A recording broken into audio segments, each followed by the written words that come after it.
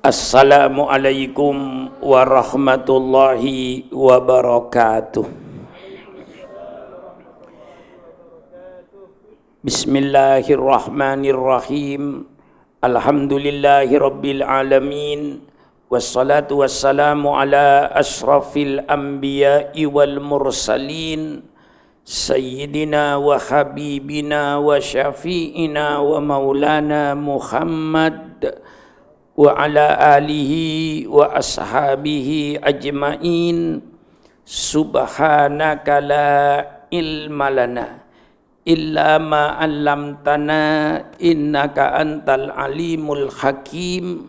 La haula wa la quwwata illa billahil aliyil azim. Amma ba'du.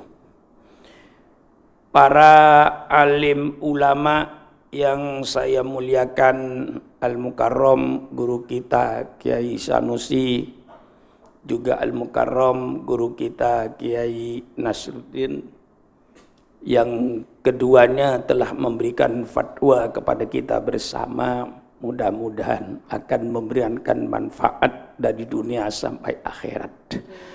Juga kepada seluruh pengurusi masjid, terlebih dahulu saya menyampaikan ucapan terima kasih yang setinggi-tingginya. Terima kasih atas segala kegiatannya, terima kasih atas segala aktivitasnya, terima kasih atas segala usahanya dalam rangka menghidupkan agama yang kita cintai di Kepulauan Melayu ini, Asia Tenggara ini. Hadirin sekalian yang berbahagia, selalu saya ulang terima kasih atas segala pengorbanannya. Karena saya yakin tidak ada satu keinginan, tidak ada satu kemauan, tidak ada satu cita-cita yang akan berhasil tanpa adanya pengorbanan. Seluruhnya cita-cita kita ini dengan pengorbanan. Agama Islam diturunkan oleh Allah kepada junjungan kita Nabi besar Muhammad sallallahu alaihi wasallam. Islam tidak langsung jaya. Islam tidak langsung besar. Islam tidak langsung tersebar.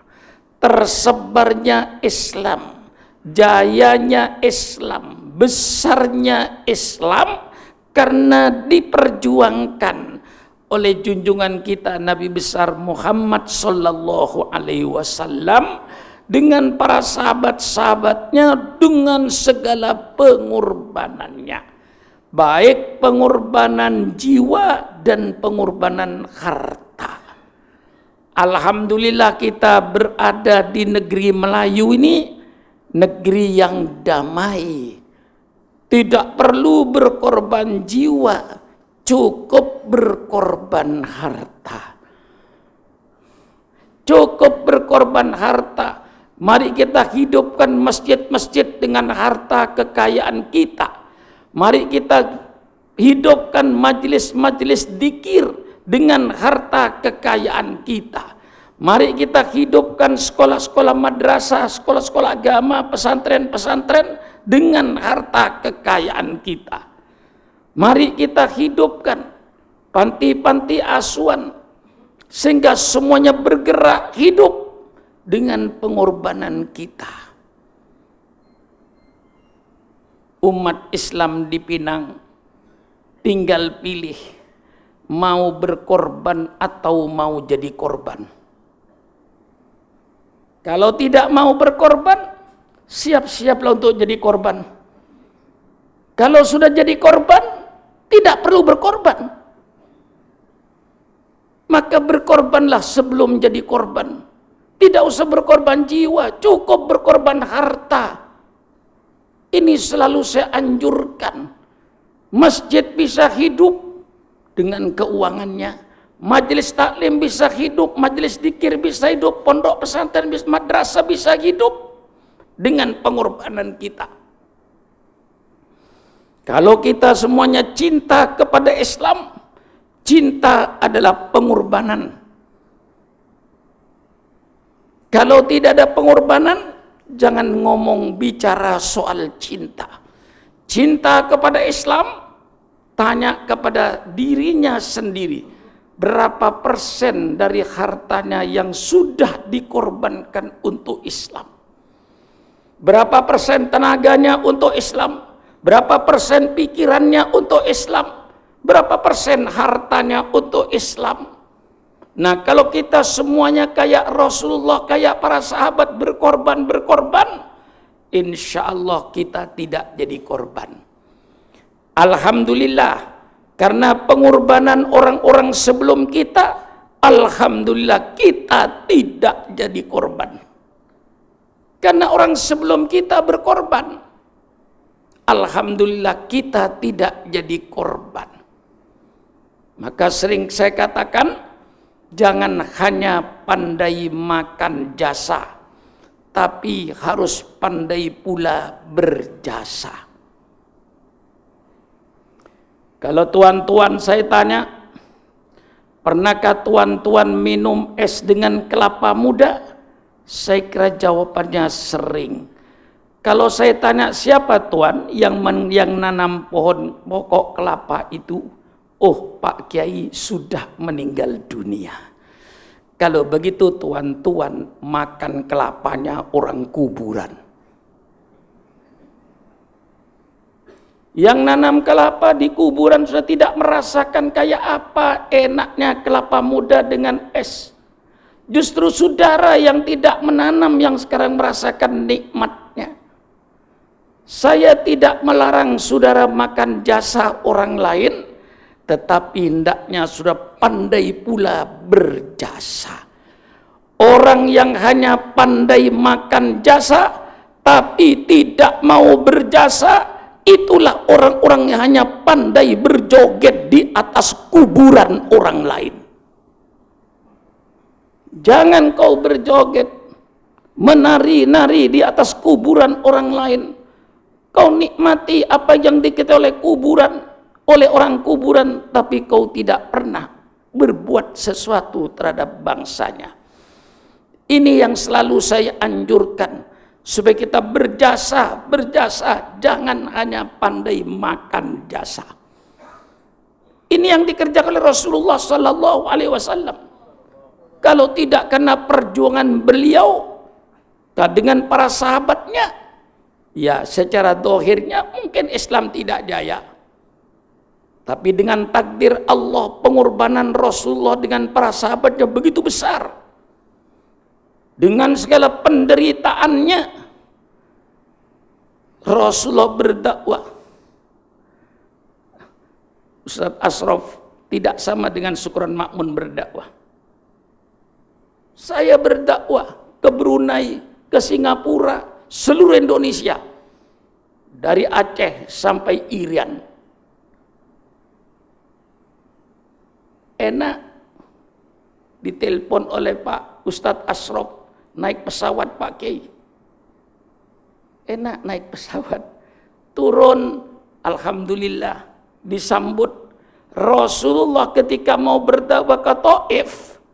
Bukan disuguhi ayam goreng, bukan disuguhi buah apel, dilempar dengan batu sampai luka.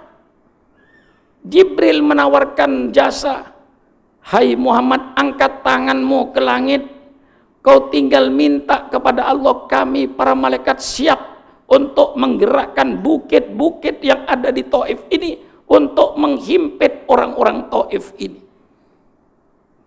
Sampai Jibril nawarkan jasanya, tapi apa jawab Rasulullah? Jibril, bukan itu yang saya minta. Allahumma hdi qaumi fa innahum la ya'lamun. Berikanlah hidayat kepada mereka, ya Allah, berikan hidayat kepada mereka. Mereka nyakitin saya karena dia tidak tahu apa yang saya inginkan dan dia belum mendapat hidayat. Orang yang nyakiti justru didoakan dapat hidayat dari Allah. Satu uswatun hasanah yang tidak akan terjadi bagi siapapun saja itu. Kalau Kiai Sanusi didolimin orang, ada orang nawarin jasa, barangkali diterima. Bagaimana Kiai kalau saya gepukin orang itu? Mungkin kalau kayak Syukran Makmun, gepukin aja, pukul aja orang itu. Tapi Rasulullah, Masya Allah, dengan lapang dada. Disinilah perjuangan Rasulullah Sallallahu Alaihi Wasallam.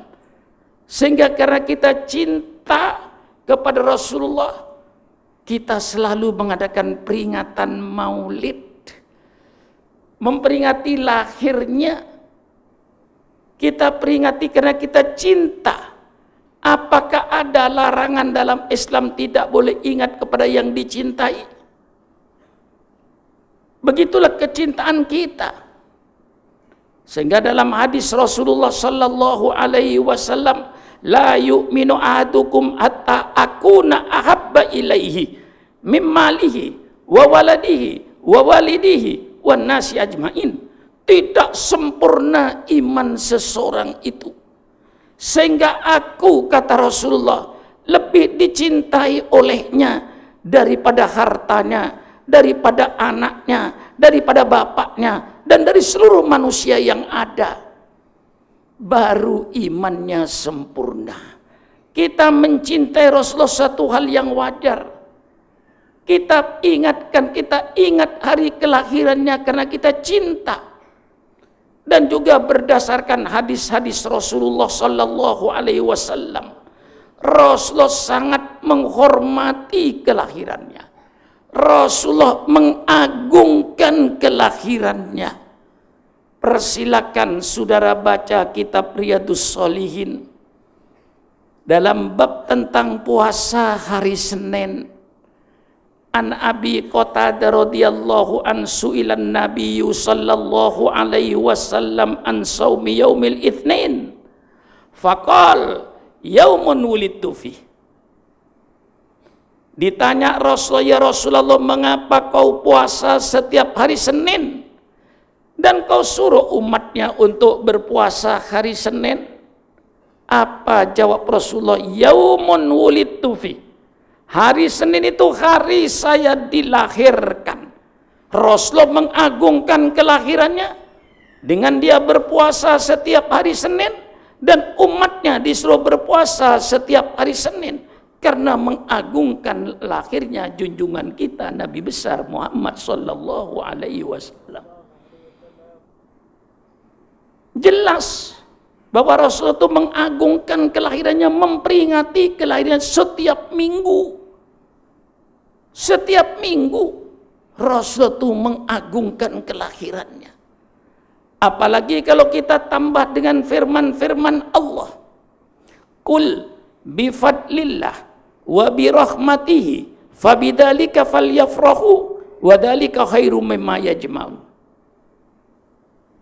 Katakanlah oleh engkau Muhammad, wa bifadlillah, dengan karunia Allah, wa birahmatihi, dan dengan rahmat Allah, fabidzalika falyafrahu, maka hendaknya mereka bergembira. Orang yang tidak gembira dengan karunia Allah, orang yang tidak gembira dengan rahmat Allah, perlu dipertanyakan imannya itu. Masa dengan karunia Allah tidak gembira, dengan rahmat Allah tidak gembira? Dan tidak ada karunia Allah yang lebih besar daripada lahirnya junjungan kita Nabi besar Muhammad Sallallahu Alaihi Wasallam. Tidak ada rahmat yang lebih besar daripada lahirnya junjungan kita Nabi besar Muhammad Sallallahu Alaihi Wasallam. Ini karunia terbesar, rahmat terbesar. Allah perintahkan supaya kita bergembira. Kegembiraan kita terhadap karunia Allah, kegembiraan kita terhadap rahmat Allah, itu lebih bagus daripada harta yang kau kumpulkan. Khairum mimma yajma'un. Apa harta yang kau cintai itu? Kecintaan kepada Rasulullah, mengagungkan kelahiran Rasulullah, karena itu merupakan rahmat dari Allah yang terbesar, karunia Allah yang terbesar. Kita bergembira itu kegembiraan kita lebih bagus daripada harta kekayaan yang kita kumpulkan. Subhanallah. Kita gembira, kita kumpul. Kayak malam ini kita kumpul mengingat lahirnya Rasulullah. Kapan saja kita mengadakan maulid, tidak terikat dengan Rabiul Awalnya. Kapan saja kita mengadakan peringatan maulid, persilakan. Karena kita cinta sama Rasulullah, kita kumpul. Kumpulnya umat Islam ini saja sudah perintah Rasulullah. Kumpulnya orang Islam itu namanya silaturahmi. Saudara bisa ketemu dengan saudara yang selama 1 minggu sibuk, malam ini bisa ketemu. Bisa jabatan tangan, silaturahmi. Silaturahmi ini pun perintah Rasulullah. Kalau saya tanya sama bapak-bapak, tuan-tuan, inginkah tuan-tuan diluaskan rezekinya? Kok nggak ada yang menjawab? Tinggal. Yang tidak menjawab mudah-mudahan melarat. Yang tadi batal. Sekarang saya tanya sekali lagi. Kalau sudah saya ulang tidak menjawab, memang mau melarat dia itu. Inginkah tuan-tuan diluaskan rezekinya? Nah, kelihatan kan kalau takut miskin. Inginkah tuan-tuan dipanjangkan umur? Kelihatan kalau takut mati. Rasulullah sallallahu alaihi wasallam bersabda, "Man ahabba ayyub satalahu fi rizkihi wa ayyun sa'alahu fi athari falyasil rahimahu." Barang siapa, kata Rasul, yang ingin diluaskan rezekinya, barang siapa, kata Rasul, yang ingin dipanjangkan umurnya, di antara perintahnya laksanakan silaturahmi. Mudah-mudahan dengan silaturahmi malam ini, mudah-mudahan Allah gampangkan rezeki kita yang halal. Mudah-mudahan dengan silaturahmi pada malam hari ini, ya Allah, dengan memperingati Nabi-Mu, ya Allah, kita kumpul bersilaturahmi, panjangkan umur kami, ya Allah, di dalam taat kepadamu. Silaturahmi. Kemudian adakan peringatan maulid. Semua yang dikerjakan ulama dalam peringatan maulid itu seluruhnya perintah Allah. Tidak ada yang tidak perintah Allah. Tuan Guru, dibuka dengan baca kitab suci Al-Quran. Baca kitab suci Al-Quran perintah Allah. Siapa bilang tidak ada perintahnya? Setelah baca Quran, ya Rabbi salli ala Muhammad, ya Rabbi salli alaihi wasallim. Kemudian ditanggapi dengan marhabanan, dengan pujian pada Rasulullah. Ya Nabi salam alaika, ya Rasul salam alaika, ya Habib salam alaika, salawatullah alaika. Wahai Nabi, selamat datang atas kelahiranmu. Ya Rasul, selamat datang atas kelahiranmu. Ya Habib, salam alaika. Wahai kekasih Allah, selamat datang atas kelahiranmu. Salawatullah alaika, ke atas engkau. Baca salawat perintah Allah. Kita puji Rasulullah. Orang cinta pasti memuji. Tanda-tandanya cinta memuji. Kita puji Rasulullah. Imam Busiri di dalam burdahnya mengatakan, dakma da'ahud nasara fi nabihimi wahkum bima sita mat'an wahtakimi wansub ila dati ma sita min syarafin wansub ila qadri ma sita min idami fa inna fadla rasulillah laisa lahu haddun fa yuriba anhu natikun bifami. Ini kata Imam Busiri. Hai orang Islam, tinggalkan oleh engkau pengakuan orang Nasrani terhadap nabinya. Asal orang Islam jangan mentuhankan dan jangan mentuhankan Nabi Muhammad, segala pujian apapun saja persilakan. Asal syaratnya, kata Imam Busiri, jangan mentuhankan Nabi Muhammad. Jangan menganak-tuhankan Nabi Muhammad. Pujian apapun saja persilakan. wansub ila dati ma syi'ta min syarafin. Kaitkan kepada diri beliau segala macam kemuliaan, dan berilah penilaian kepada beliau setinggi-tingginya penilaian, setinggi-tingginya penghormatan, asal jangan sampai pesan Imam Busiri tadi. Pujian apa? Karena kita menunjukkan cinta. Anta samsun, anta badrun, anta nurun fauqa nuri, anta iksiru wa ghali, anta misbahus sudur. Engkau Rasulullah kayak matahari di waktu siang, segalanya terang, jalan yang becek pun kelihatan, jurang pun kelihatan. Kau ibaratkan matahari di siang hari Rasulullah. Kau ibaratkan bulan purnama di malam hari Rasulullah. Hilang kegelapan dengan kedatanganmu. Masya Allah. Anta nurun fauqa nuri. Engkau Rasulullah cahaya di atas cahaya. Apa benar Rasulullah cahaya di atas cahaya? Benar. Cahaya matahari tidak tembus ke dalam dadanya orang buta. Cahaya bulan tidak tembus ke dadanya orang buta. Tetapi cahaya Rasulullah tembus ke dalam dada. Biar matanya buta, dia dapat hidayat dari Allah. Hatinya menjadi terang. Anta nur ala nur. Engkau cahaya di atas cahaya Rasulullah. Cahaya matahari tidak tembus dada. Cahaya bulan tidak tembus dada. Bagi orang buta, cahaya matahari, cahaya bulan sama saja. Tetap gelap, tapi cahayamu Rasulullah tembus ke dalam dada. Kita puji Rasulullah setinggi-tingginya karena kita cinta. Dan itu tidak ada larangan. Nah, disinilah kita memuji Rasulullah. Setelah Rasulullah dipuji, baca sholawat. Itu perintah Allah. Ya ayyuhalladzina amanu sallu alaihi wa sallimu taslima. Nah, itu perintah Allah. Setelah itu tausiah, mau'idatul hasanah. Mau'idatul hasanah tertulis dalam Al-Quran. Ud'u ila sabili rabbika bil hikmati wal mau'idatil hasanah. Tausiah juga tertulis dalam Al-Quran.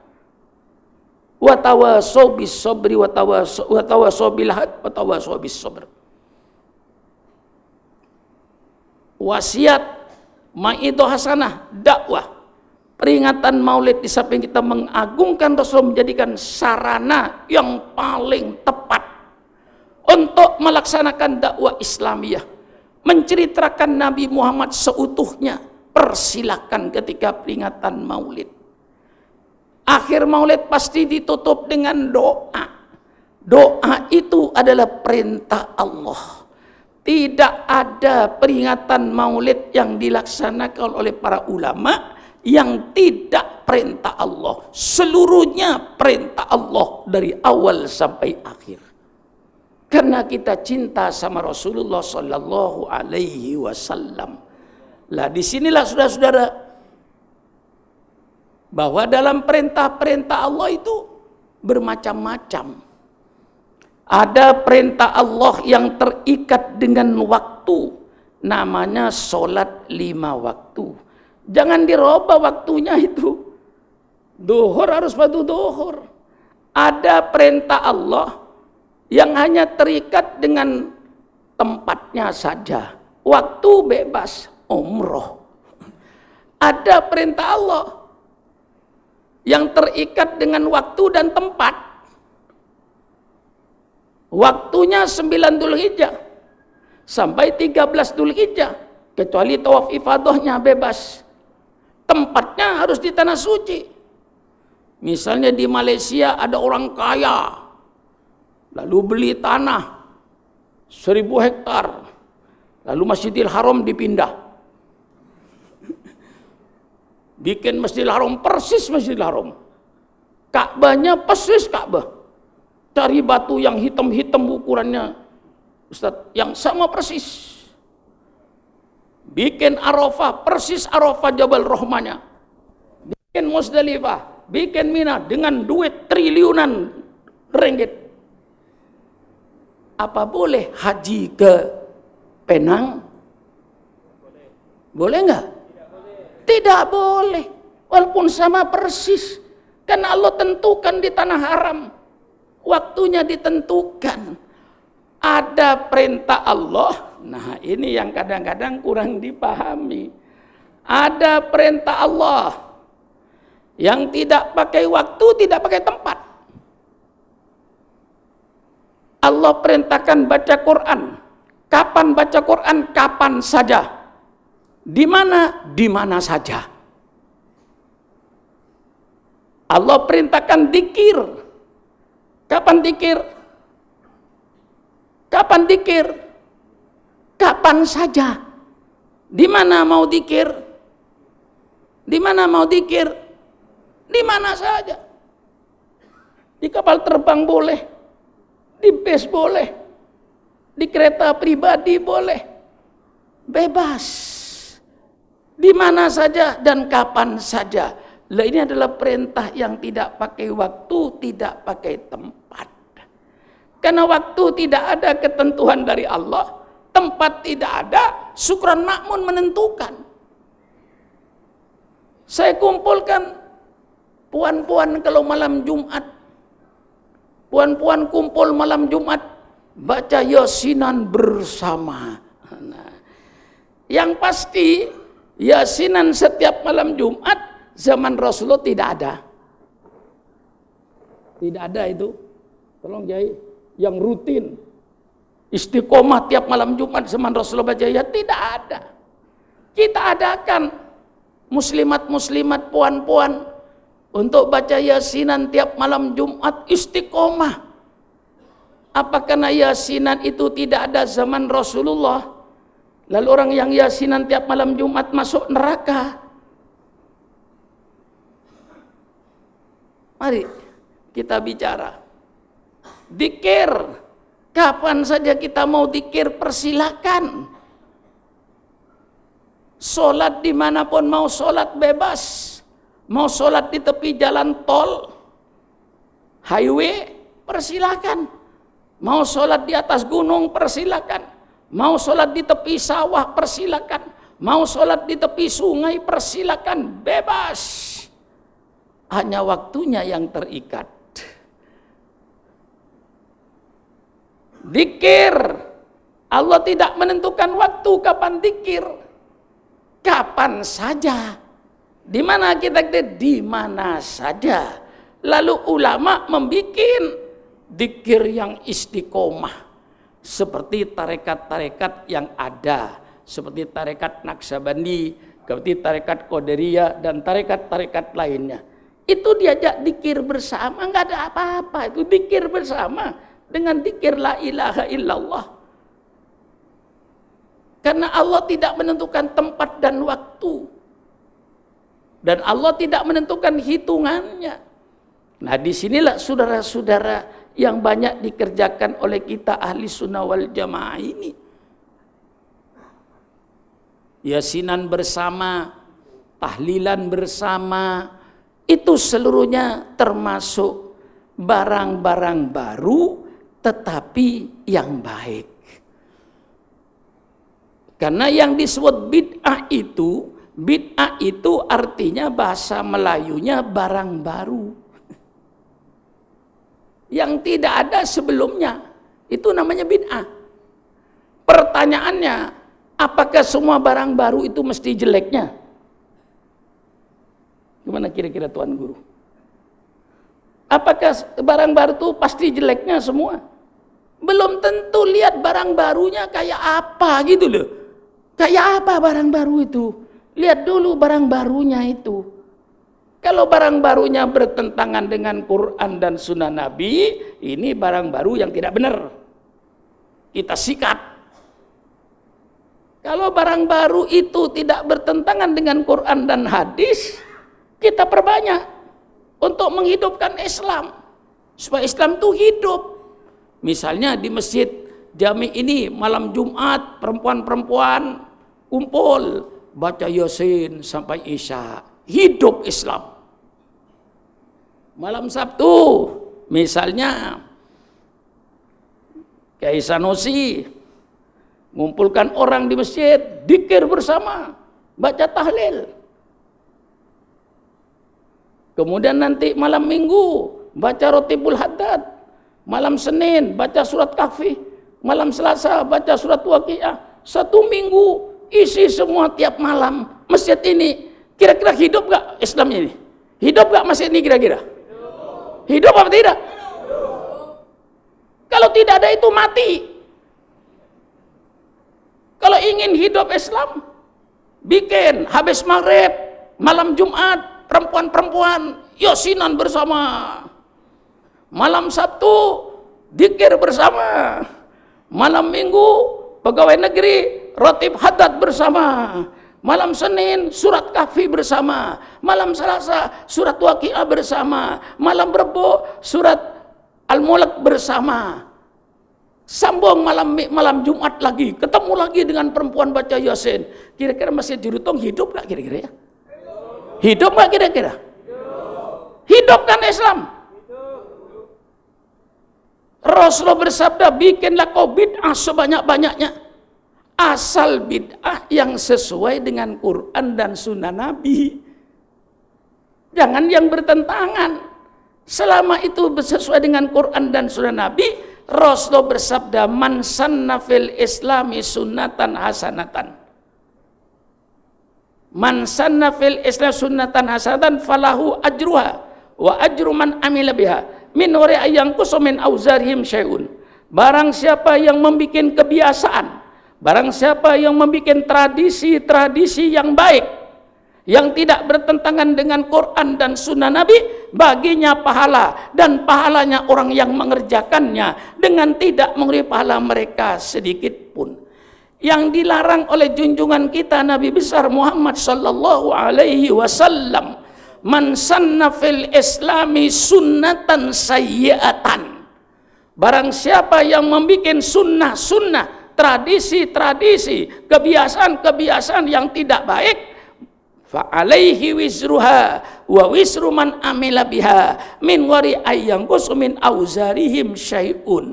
Maka baginya dosa dan dapat dosa dari dosa orang-orang yang mengikutinya dengan tidak mengurangi dosa mereka sedikit pun. Ini jelas. Yang berkata bid'ah itu ada yang bagus, bukan Sukron Makmun. Sayyidina Umar Ibnul Khattab. Lah kira-kira Sayyidina Umar diragukan nggak kira-kira kayak ilmunya? Sayyidina Umar diragukan nggak kira akidahnya? Ketika Sayyidina Umar Ibnul Khattab mengadakan tarawih berjamaah, yang sebelumnya zaman Sayyidina Abu Bakar tidak ada tarawih berjamaah, zaman Rasulullah tidak ada tarawih berjamaah, baru ada tarawih berjamaah itu zaman Sayyidina Umar Ibnul Khattab. Setelah beliau melihat 12.000 sahabat sembahyang tarawih sendiri-sendiri, lalu Sayyidina Umar ijtihad, alangkah indahnya kalau tarawih dibikin berjamaah. Ditunjuklah seorang sahabat yang bernama Ubay bin Ka'ab untuk menjadi imam. Jadi imam tarawih yang pertama di dunia Ubay bin Ka'ab. Bukan Sayyidina Umar, Ubay bin Ka'ab yang ditunjuk. Mungkin karena itu tarawih baca Quran panjang, mungkin suaranya enak, mungkin bacaannya bagus. Ubay bin Ka'ab. Dalam kitab Fathul Bari, sarahnya kitab Sahihul Bukhari, nanti tolong Tuan Guru cari. Disitulah Sayyidina Umar berkata, nikmatil bid'atu hadihi. Inilah sebagus-bagus bid'ah.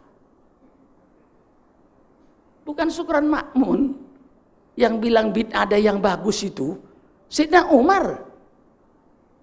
Kira-kira Kiai percaya nggak sama Sayyidina Umar kira-kira?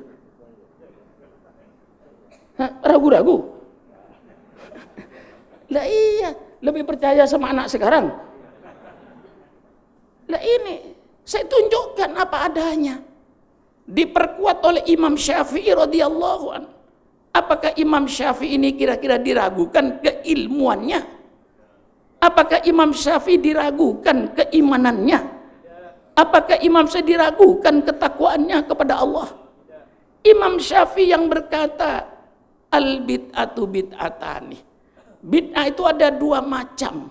al bid'ah al mahmudah, bid'ah yang terpuji, wal bid'ah al madmumah, dan bid'ah yang tercela. Imam Syafi'i menjelaskan bid'ah yang terpuji ma yuwafiqul kitab was sunnah, bid'ah yang sesuai dengan Al-Quran dan sunnah Nabi, seperti baca Yasin malam Jumat. Malam Jumatnya tidak ditentukan, walaupun ada beberapa hadis tapi mereka menganggap do'id, persilakan. Lalu kita tahlilan setiap malam minggu. Memang tidak ada perintah malam minggunya, kita bebas mau malam minggu tahlilan, mau malam Jumat, mau malam apa, mau di mana, bebas, karena Allah tidak mengikat itu. Hanya perintah, bacalah kau sholawat kepada nabimu kapan saja, di mana saja. Bacalah Quran kapan saja, di mana baca Quran, di mana saja. Allah tidak menentukan. Dikirlah kau kepada Allah. Dikir kepada Allah. Kalau Imam Tijani barangkali dengan tarekat Tijaninya mengambil Jumat sore, ba'da asar. Dia mengumpulkan murid-muridnya untuk dikir kepada Allah, supaya ingat kepada Allah. Ala bidzikrillahi tatmainnul qulub. Ketahuilah kau dengan dikir kepada Allah, pasti hatimu tenang. Gelisah-gelisah, banyak baca subhanallah sebanyak-banyaknya. Saudara pikirannya bingung, subhanallah walhamdulillah wala ilaha illallah wallahu, baca 100 kali. Untuk keluar daripada kebingungan. Di mana kita dikir? Di mana saja. Kapan kita dikir? Kapan saja. Lah inilah saudara-saudara yang dikerjakan oleh ulama-ulama kita. Maka malam ini saya ajak untuk memindahkan pikiran Nabi Yakub supaya pindah kepada pikiran saudara. Mau memindah saya. Pikiran Nabi Yakub saya mau pindahkan sama orang Penang ini. Apa pikiran Nabi Yakub waktu itu? Ketika Nabi Yakub mau sakaratul maut, Nabi Yakub itu berat rasanya. Apa yang menjadikan berat? Apakah Nabi Yakub takut anaknya tidak punya rumah? Tidak. Apakah Nabi Yakub takut kalau anaknya nanti tidak punya pekerjaan? Tidak. Apakah Nabi Yakub takut kalau anaknya nanti tidak makan? Tidak. Yang ditakuti Nabi Yakub, kira-kira anak saya nanti setelah saya meninggal dunia, kira-kira masih menyembah Allah apa tidak? Kalau bapak-bapak tadi pagi sholat subuh enggak? Sholat subuh enggak? Baca kunut enggak? Kalau bapak tadi subuh baca kunut, pernahkah bapak terlintas? Tuan-tuan dan puan-puan pikirannya terlintas. Apakah anak saya nanti masih kunut seperti saya? Apakah cucu saya nanti masih kunut seperti saya? Atau nantinya sudah menjadi makhluk lain?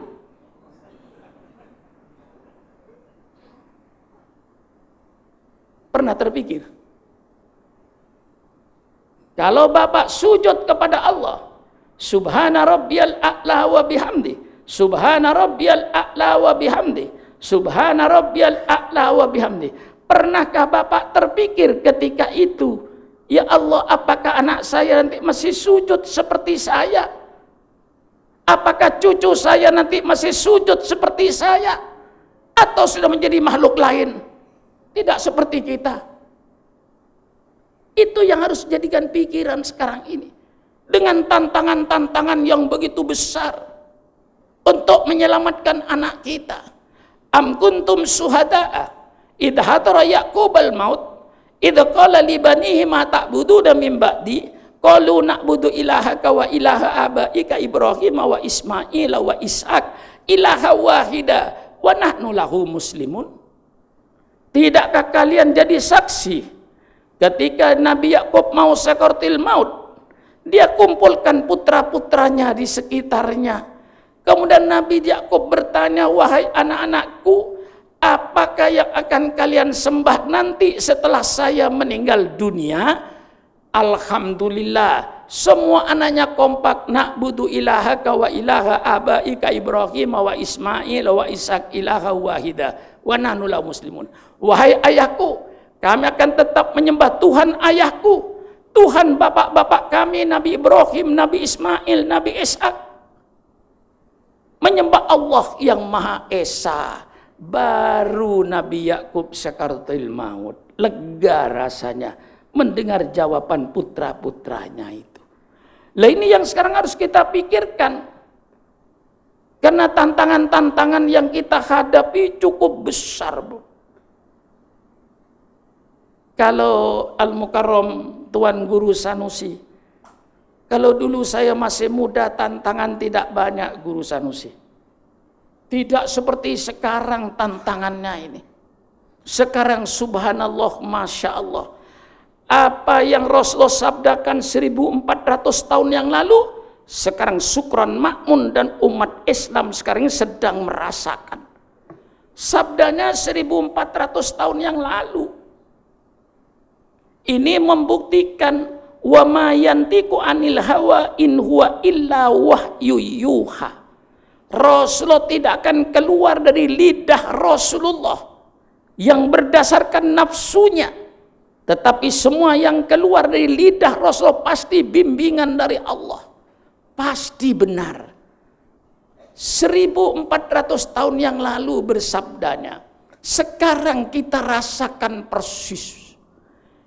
Inna mimma akhafu alaikum ba'di ma yuftau alaikum min zahratid dunya wa zinatiha. Sesungguhnya di antara yang saya takuti terhadap umatku setelah saya meninggal dunia, apa yang ditakuti Rasulullah? Ma yuftahu alaikum, sesuatu yang akan dibukakan kepada kalian nanti. Apa itu? Min zahratid dunya wa zinatiha, dari keindahan dunia dan perhiasan dunia. 1400 tahun Rasulullah bersabda, sekaranglah oleh Allah dibukakan ilmu pengetahuan dan teknologi yang mampu merubah permukaan bumi ini. Yang dahulunya hutan menjadi kota yang indah sekarang ini dengan ilmu pengetahuan dan teknologinya. Saya dulu kalau melihat Bengawan Solo, sungai yang paling lebar di Jawa, jembatannya panjang, saya geleng-geleng. Sekarang laut dibikin jembatan. Itu teknologi semua itu. Dulu tuan-tuan dan puan-puan kalau mau nonton film bioskop mesti pergi ke kota. Sekarang tiap rumah ada bioskopnya. Tiap rumah ada filmnya. Anaknya punya film sendiri, punya bioskop sendiri, bapaknya punya sendiri. Ini teknologi semuanya, Pak. Dengan cepatnya kemajuan teknologi akan mengakibat 2-3 hal. 1, informasi begitu cepat. Kita bisa melihat apa yang terjadi di Kanada pada waktu yang sama kita berada di Penang ini. Subhanallah. Dulu orang haji di Indonesia nunggu 7 bulan. Mati apa hidup? Ya tunggu aja 7 bulan. Kalau kapal sudah merapat di Tanjung Priok ada turun hidup. Kalau nggak ada mati.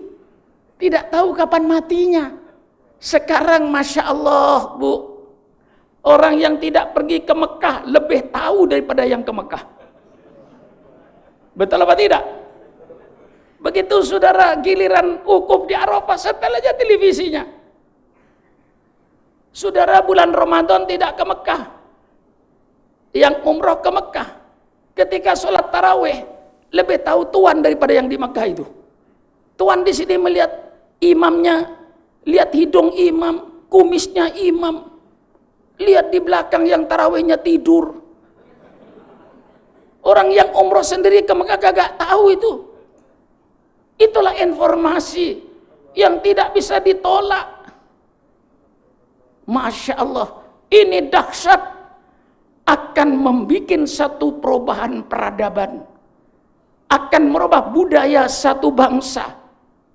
Apa yang akan terjadi 40 tahun yang akan datang? Apakah budaya peradaban Melayu masih ada di Melayu itu, atau sudah hilang diganti dengan peradaban lain?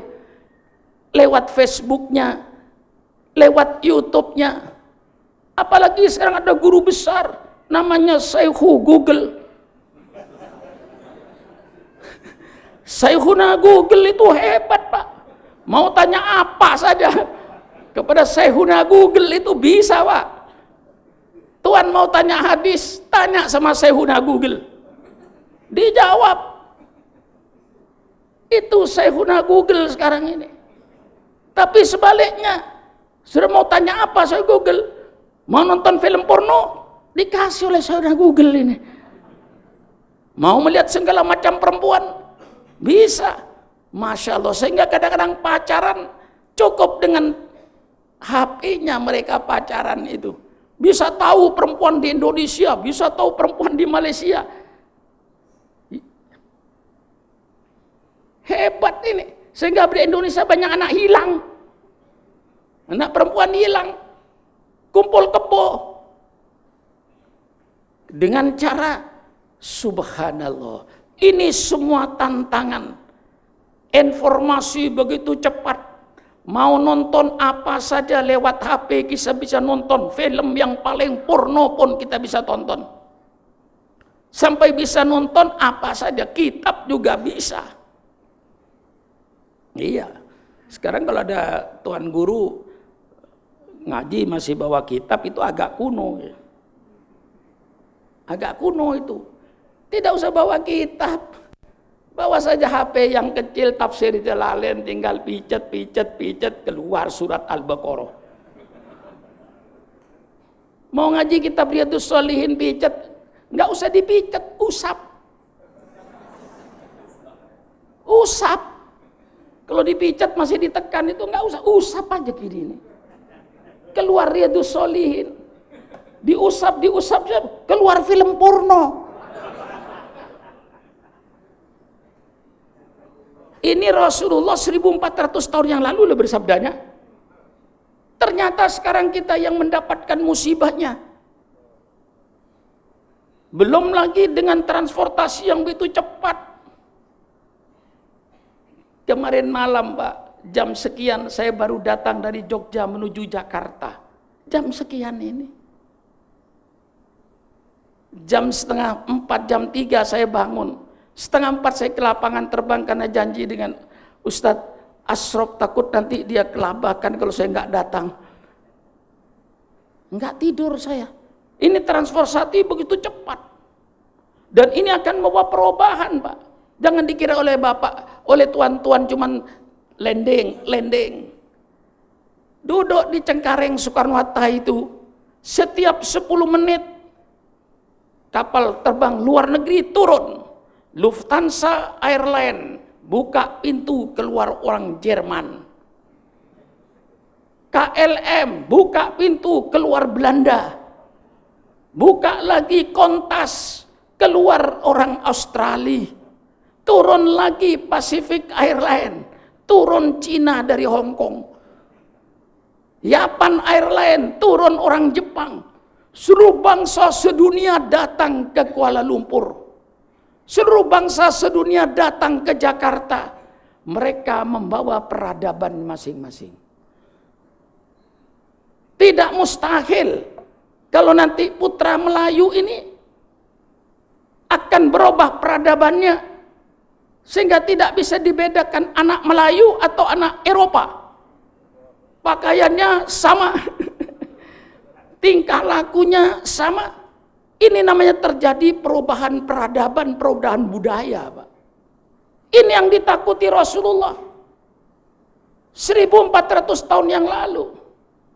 Saya ini yang umur saya sudah 3/4 abad lebih. Ya. Sama dengan Kiai Sanusi kok. Sama-sama 76 sebaya. Cuman saya di Jakarta ini cepat dituakan orang, Pak. Jadi saya ini awet tua, lama tua saya ini. Bukan lama muda, lama tua.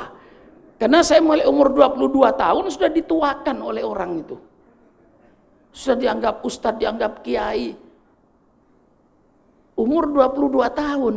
Jadi saya ini sampai sekarang ya tetap dituakan. Malah sekarang ini saya merasa tua betul Kiai Sanusi.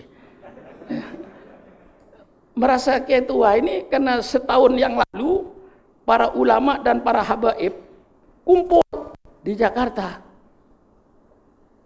Kumpul cuman bermusyawarah minta tolong Pak Sukron Makmun jangan menolak sebagai ketua umum Forum Ulama dan Habaib Jakarta. Kan tua tuh. Walaupun saya bukan Habib. Saya bukan Habib. Saya bukan ulama kayak mereka.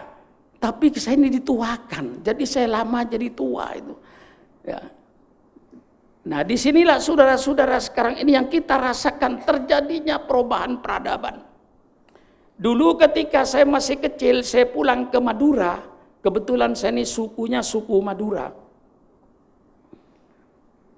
Kalau saya pulang ke Madura dulu maghrib orang sholat berjamaah penuh. Masya Allah rasanya nikmat. Habis sholat berjamaah mereka pulang masing-masing ke rumahnya, kampung sepi. Tidak ada orang lalu lalang. Di dalam baca Quran, baca roti haddad. Anak-anak yang kecil-kecil begini semua bawa obor. Karena tidak ada listrik, tidak ada api. Jadi bawa obor, ngaji Quran. Dilanggar-langgar di musola-musola. Masya Allah. Nikmat rasanya kalau saya bayangkan peradaban waktu itu. Begitu teknologi maju, masuk membangun, akhirnya jalan yang becek jadi aspal. Jadi bagus. Api masuk ke desa-desa. Televisi masuk ke desa-desa. Telepon masuk ke desa-desa. Saya pulang ke kampung saya sekarang ini terjadi perubahan peradaban. Yang dulunya habis maghrib mesti baca Quran, baca rotibul haddad, baca sholawat di masjid-masjid.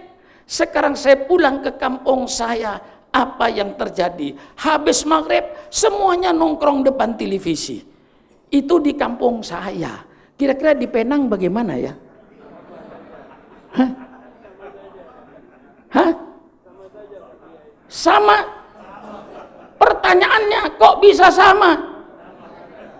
Dari Madura, lewat Jawa Timur, Jawa Barat, lewat Jakarta, lewat Sumatera, masuk ke Penang kok bisa sama?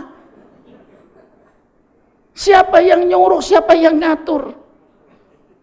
Tidak ada yang nyuruh, tidak ada yang ngatur. Itu seluruhnya terjadi perubahan peradaban. Ini baru 50 tahun Pak. 100 tahun yang akan datang nanti kayak apa dunia ini? Nah disinilah saudara-saudara yang harus kita pikirkan sekarang ini. Bagaimana menjaga anak-anak kita, membentengi anak-anak kita ini. Tidak ada jalan lain untuk membentengi anak kita kecuali kita tanamkan akidah Islam ahli sunnah wal jamaah. Ajarkan rukun iman yang benar. Ajarkan rukun Islam yang benar. Ajarkan asmaul husna yang benar. Rukun iman yang 6 mantapkan pada mereka.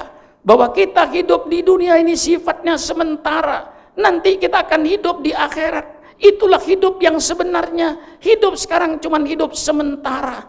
Tidak untuk selama-lamanya. Paling 60 tahun, 70 tahun.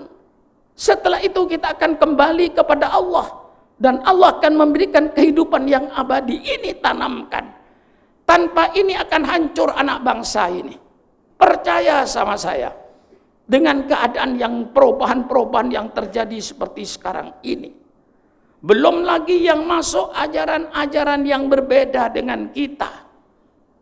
Yang dulu kita tenang. Sekarang mulai kadang-kadang kita ini terjadi, maka saya minta kepada seluruh umat Islam, jagalah kesatuan dan persatuan umat Islam. Jangan merasa benar sendiri, orang lain pun insya Allah benar. Dalam perbedaan madhab, mari kita saling hormat menghormati. Kalau perbedaan agama saja kita toleransi, mengapa perbedaan madhab saja kok kita harus bertengkar? Nah, ini saya ajar. Marilah, orang yang tidak mau baca kunut persilakan, tidak usah baca kunut, tapi tolong jangan menyalahkan, apalagi sampai menghina orang yang baca kunut. Saudara, ada orang mati tidak mau tahlilan, sudahlah, nggak usah tahlilan.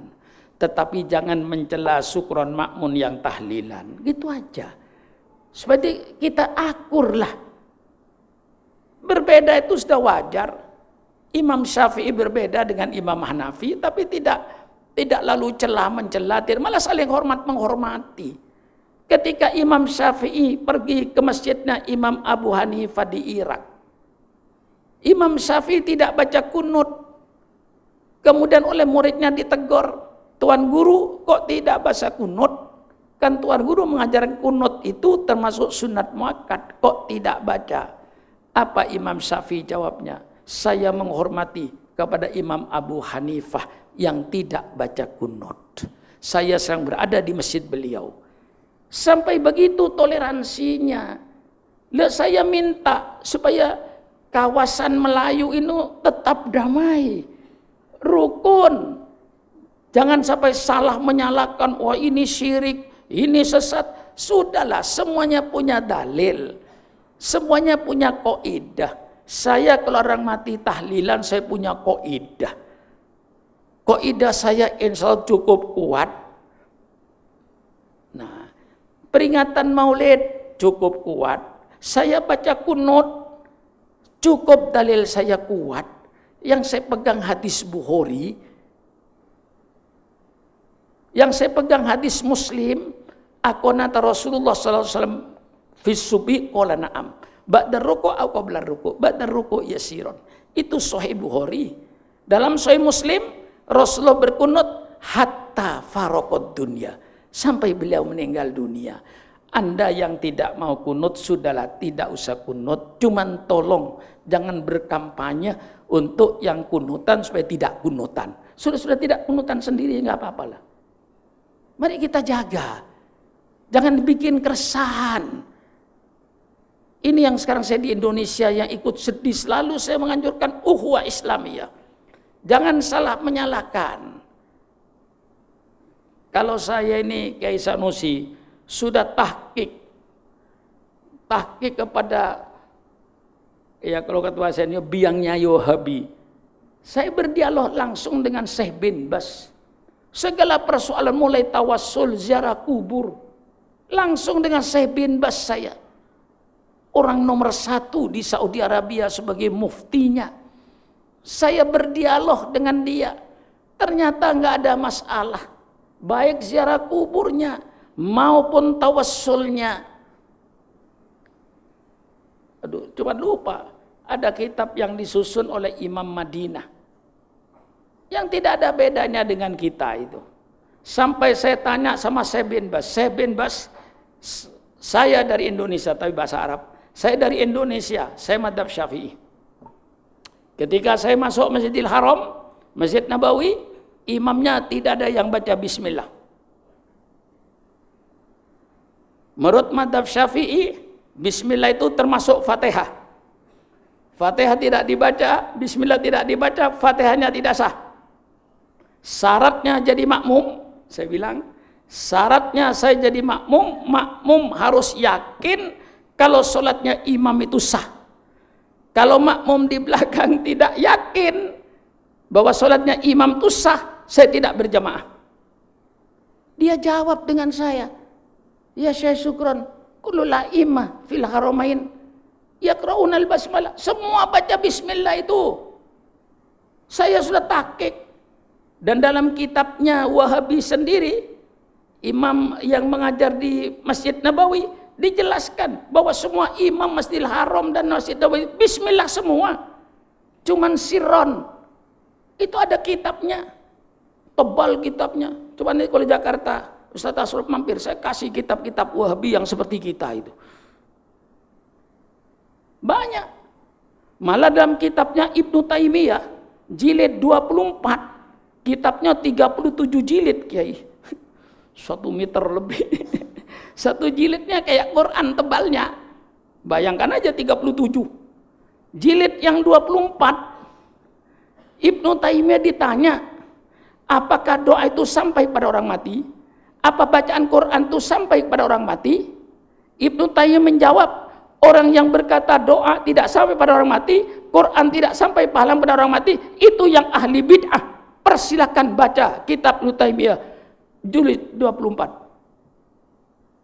Nah, maka mari kita ini di rumpun bangsa Melayu itu kita anjurkan ukhuwah Islamiyah, saling hormat menghormati antara yang berbeda madhab ini. Mari kita saling hormat, kecuali kalau perbedaannya kepada prinsip.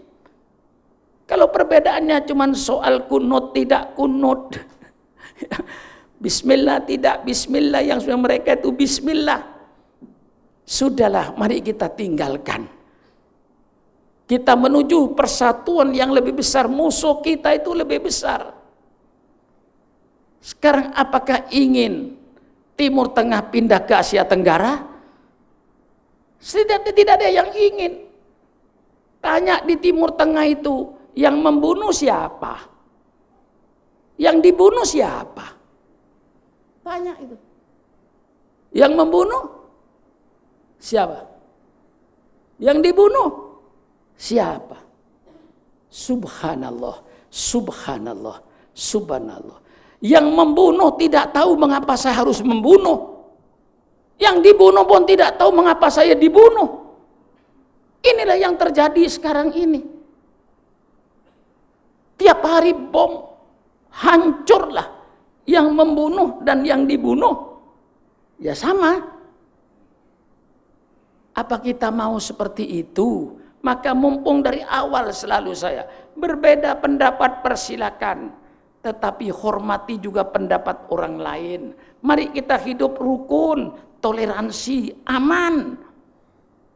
Ini yang selalu saya anjurkan, saudara-saudara, dimanapun saya berada. Maka marilah kita yang kita hadapi reformasi, informasi yang begitu cepat, globalisasi, dan lagi paham-paham yang kadang-kadang ingin memecah belah. Ini semuanya kerjaan Yahudi. Yahudi kerjaannya bagaimana memecah belah umat Islam ini. Yahudi pekerjaannya bagaimana membuat umat Islam itu ragu-ragu terhadap agamanya. Dibikinlah penafsiran-penafsiran Al-Quran yang bertentangan dengan tafsir-tafsir yang muktabar.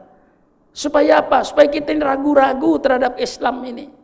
Selalu mereka bawakan ini. Dan kalau kita tahu, mari kita kembali kepada ulama-ulama kita, pada tafsir-tafsir yang muktabarah. Jangan tafsir-tafsir yang menafsirkan secara hawa nafsunya. Disinilah sekarang letaknya ini. Sehingga dengan kemajuan teknologi itu, di samping perubahan peradaban, iman kita kadang-kadang, iman kita itu bisa hilang dengan duit kok. Kasih 100 juta imannya berubah. Apalagi dikasih 1 miliar. Bisa berkata Quran tidak relevan. Ini banyak yang begini sekarang ini. Ini ayat Quran sudah tidak sesuai dengan zaman. Subhanallah. Quran itu berlaku semenjak diturunkan sampai hari kiamat. Tidak ada ayat yang tidak berlaku. Semua ayat berlaku semuanya. Nah, disinilah saudara-saudara yang kita hadapi.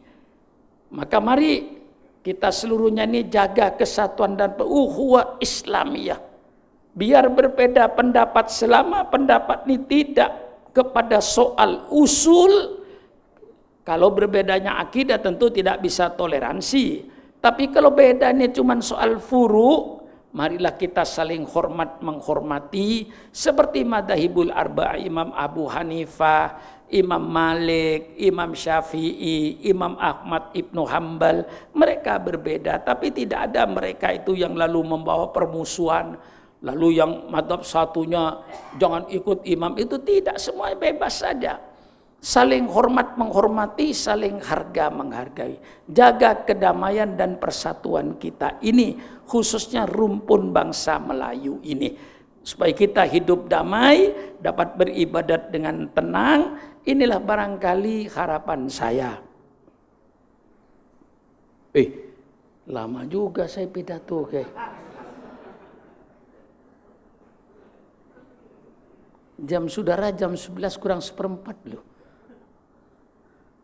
Ya memang kadang-kadang kalau sedang ngomong gini saya lupa kayak. Karena kadung biasa di Indonesia sudah pidato tuh 2 jam 3 jam saya kayak. Di depan ribuan manusia gitu. Ya sekali datang itu kadang-kadang ya bisa 10.000, 20.000. Jadi kadang-kadang saya ini lalu tidak sadar gitu loh. Kalau sudah lama, padahal sudah tua saya ini. Ya. Tapi alhamdulillah Allah memberikan kesehatan kepada saya. Alhamdulillah, ini fabini mati rabbika fahaddis. Lebih-lebih lagi, alhamdulillah tenggorokan saya dan lidah saya ini selalu stabil. Walaupun pidato 1 hari 6 jam, itu tidak pernah saya serak, itu enggak. Besok suruh pidato lagi 2 jam lagi begini enggak apa-apa. Habis duhur pidato lagi 2 jam. Nanti malam 2 jam lagi. Kadang-kadang sehari itu bisa 6 jam. Tapi alhamdulillah stabil. Lidah saya stabil tanpa minum. Saya pidato 2 jam tidak pakai minum. Tapi insya Allah stabil. Inilah barangkali yang saya sampaikan, sudah menjelang jam 11, sudah cukup malam. Inilah barangkali yang sampaikan pada saudara-saudara. Mudah-mudahan dengan apa yang saya sampaikan memberikan ilmu yang bermanfaat. Mungkin kita jaga ukhuwah Islamiyah, kesatuan dan persatuan umat Islam. Khususnya perbedaan-perbedaan yang tidak prinsip, tolonglah tidak usah dibesar-besarkan, jangan dijadikan prinsip. Yang tidak berkunut, insya Allah masuk surga. Sukron makmun yang berkunut, insya Allah masuk surga, barangkali pahalanya lebih gede, tambah kunut. Itu aja. Orang yang tarawih 8 rakaat persilakan, alhamdulillah masih tarawih. Enggak tarawih juga enggak apa-apa, cuman keterlaluan. Kan cuma itu aja, Kiai. Kan hukumnya sunat tarawih itu. Tapi sunatnya sunat muakkad. Umpama tidak tarawih, tidak dosa. Cuman keterlaluan orang itu. Kalau sembahyang duha, sekarang tidak duha, nggak apa-apa Kiai. Besok masih ada duha. Tapi kalau tarawih, tahun ini tidak tarawih, apa ada jaminan Tuhan ketemu dengan puasa yang akan datang? Nggak ada jaminan. Kalau sekarang tidak duha, ya mungkin besok masih ada duha lah. Tapi kalau tarawih itu setahun sekali. Kalau ditinggal itu keterlaluan itu. Nah, tapi yang tidak tarawih masuk surga. Yang tarawih 8 rakaat masuk surga. Saya tarawih 20 rakaat. Insya Allah pahala saya lebih gede dari yang 8. Kan jelas toh itu. Masa 8 disamakan dengan 20? Itu aja. Yang tarawih 8 rakaat masuk surga. Yang 20 masuk surga. Yang tidak kunutan masuk surga. Yang kunutan masuk surga. Yang saya tidak salah menyalahkan. Sesat menyesatkan. Ini yang saya tidak setuju di antara kita ini. Lah ini yang saya jaga. Mari rumpun bangsa Melayu ini yang beragama Islam jaga kesatuan dan persatuan umat Islam. Jangan mau dipecah belah oleh Yahudi seperti di Timur Tengah itu. Di Timur Tengah itu dalangnya semua Pak. Tuan-tuan yang memasukkan senjata juga mereka Pak. Bukan siapa-siapa tuan-tuan. Mereka yang jual senjata ke Timur Tengah itu. Diadu umat Islam supaya senjatanya laku. Maka kita jangan mau, jagalah kesatuan dan persatuan umat saya, ukhuwah Islamiyah. Walaupun saya termasuk orang yang sembahyang tarawih 20 rakaat, saya termasuk orang yang kunutan, tapi saya tidak lalu mencolok kamu tidak kunutan sesat, tidak. Itu masalahnya furu, tidak sama, kecuali kalau berkata sholat duhur tidak wajib, lah itu barulah, itu prinsip. Nah, kalau soal sunnah-sunnahnya tidak prinsip, kita pertahankan apa yang kita kerjakan. Saya minta sudah kunutan, teruskan kunutan seperti saya. Tarawihnya 20 rakaat, saya 23 rakaat dengan witirnya. Sesuai dengan apa yang ada di Bukhari menurut Sayyidina Umar, itu saja. Tidak usah lalu dibikin percekcokan yang seolah yang tidak prinsip dijadikan prinsip. Kecuali kalau yang prinsip berbeda akidah itu mungkin. Kalau sampai perbedaannya misalnya tidak mengakui Quran yang ada ini enggak benar, lah itu barulah itu yang masalah, bukan masalah furu, sudah menyangkut Qurannya. Itu lain lagi, kita luruskan dengan mau'idatul hasanah, dengan kebijaksanaan, dengan hikmah. Inilah yang saya sampaikan. Mudah-mudahan Allah memberikan taufik dan hidayah kepada kita semua. Mudah-mudahan anak-anak kita oleh Allah diberikan taufik dan hidayah menjadi makhluk seperti kita menjadi makhluk. Ya, jangan sampai berubah makhluk lain. Inilah dari saya, sekian saja, kurang lebihnya saya minta maaf. Wallahul muwaffiq ila aqwamit thoriq. Wassalamualaikum warahmatullahi wabarakatuh. Baik. Mari kita tutup bersilaturahmi dengan ahli kubur. Kita sudah silaturahmi sama yang hidup. Kita silaturahmi dengan ahli kubur. Mari kita baca Fatihah dengan niat. Mudah-mudahan para alim ulama, guru-guru kita yang mengajar kita, keluarga-keluarga kita, sahabat-sahabat kita yang telah dipanggil oleh Allah, kita doakan mudah-mudahan Allah menerima amal soleh mereka, mudah-mudahan Allah mengampuni dosa mereka, dan mudah-mudahan kita yang dipanjangkan umur, mudah-mudahan oleh Allah diberikan taufik dan hidayah, mudah-mudahan kita seluruhnya dimudahkan oleh Allah segala urusan kita, baik urusan dunia kita maupun urusan akhirat kita, untuk mencari keridhaan Allah. Al-Fatihatu biniyatil qabul wa tamami kulli su'lin wa ma'mul wa ala kulli niyatin salihah wa ila hadratin nabiyil mustafa Muhammadin sallallahu alaihi wasallam. Al-Fatihah. A'udzu billahi minasyaitonir rajim. Bismillahirrahmanirrahim. Alhamdulillahirabbil alamin arrahmanir rahim maliki yaumiddin. Iyyaka na'budu wa iyyaka nasta'in. Ihdinas siratal mustaqim. Siratal ladzina an'amta 'alaihim ghairil maghdubi 'alaihim waladdallin. Amin. Allahumma bihaqqil Fatihah wa bisirril Fatihah wa barakatil Fatihah wa bijahi man unzila alaihil Fatihah. Ya farijal ham, ya kasifal gham, ya man li abdihi yaghfir wa yarham, ya dafi'al bala idfa annal bala, ya arhamar rahimin irhamna, ya tawwab tub alaina innaka antat tawwabur rahim. Allahumma lakal hamdu syukra wa lakal mannu fadla wa anta rabbuna haqqa wa nahnu abidu karika wa anta lam tazalli dalika ahla.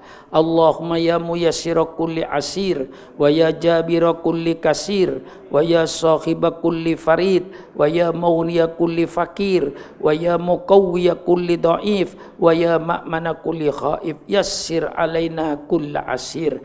fataisirul asir alaika yasir ya man la yahtaju lal bayani wat tafsir hajatuna ilaika kathir hajatuna ilaika kathir hajatuna ilaika kathir wa anta alimum biha wa basir Allahumma inna nakhafu minka wa nakhafu mimman yakhafu minka wa nakhafu mimman la yakhafu minka Allahumma bihaqqi man yakhafu minka najjina mimman la yakhafu minka bi hurmati sayyidina Muhammadin sallallahu alaihi wasallam Allahumma inna nas'alukal jannata wa ma qarraba ilaiha min qaulin aw amalin aw niyatin aw i'tiqadin Allahumma inna na'udzubika minan nar wa ma qarraba ilaiha min qaulin aw amalin aw niyatin aw i'tiqadin Allahumma inna nas'aluka ma sa'alaka abduka wa rasuluka Muhammadun sallallahu alaihi wasallam Allahumma inna nasta'iduka mimma ista'adha abduka wa rasuluka Muhammadun sallallahu alaihi wasallam Rabbana ighfir lana wa li ikhwanina alladziina sabaquna bil iman Rabbana hab lana min azwajina wa dzurriyyatina qurrata a'yun waj'alna lil muttaqina imama Rabbana atina fid dunya hasanah wa fil akhirati hasanah wa qina adzabannar subhana rabbika rabbil izzati amma yasifun wa salamun alal mursalin walhamdulillahi rabbil alamin. Kurang lebihnya saya minta maaf dan terima kasih. Wassalamualaikum warahmatullahi wabarakatuh.